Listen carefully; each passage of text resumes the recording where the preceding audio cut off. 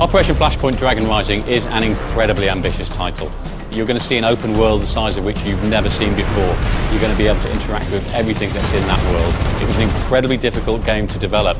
Some of the technology that we're using here is unique. Our streaming technology is unsurpassed. Visual effects are very important in Operation Flashpoint. The main reason is because we want to really get across the violence and awe that modern ordnance creates. We use several different things to really sell the impact of this modern ordnance. The main one is our particle effects, and we have a custom written tool that lets us rapidly iterate and create many effects. We've got around 200 in the game at the moment. Some of these effects might be a burning tank, huge explosion caused by off-board support, artillery for example. We've also got lots of different impact effects with bullets striking all sorts of different surfaces. We use a technique called cube-mapped particles. Cube-map is a spherical texture. It essentially makes a particle look like it rolls like a ball. We can actually make it look like it's three-dimensional. Something as simple as smoke comes in lots of different flavours in our game. You've got smoke grenades which are used to cover infantry when they're assaulting, and then you've got things like smoke plumes from burning tanks which stay in the environment for quite some time. In Flashpoint, smoke can obscure various different targets including yourself. This is great for stopping laser rangefinders as well. Also, there are various different coloured smokes. This is something that people will be able to use to designate targets and things in co-op play. Smoke's also used tactically. In a tank you can launch smoke shells and basically create a mask for enemy lasers, so it's harder to shoot the tank using a modern weapon system. Of course, we've modelled things like thermal vision systems.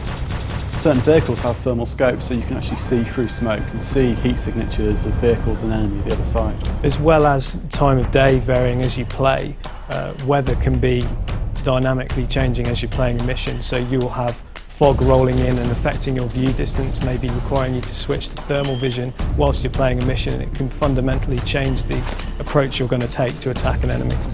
To really sell the experience of being an infantryman and on the floor and getting shot at, we couldn't just use visual impacts on the ground. It wasn't enough. It didn't really sell the immediacy of actually getting shot at. So we came up with a screen effect system. When you're shooting something nearby, you get the effect of things hitting you, like kind of dust or water or blood splattering on the camera. The grime of war is just hitting you.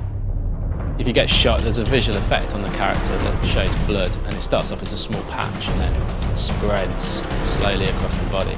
I think one of the strongest parts of the game, indeed one of the strongest characters in the game, is the island itself. The environment, the lighting, the time of day, the foliage, the whole thing.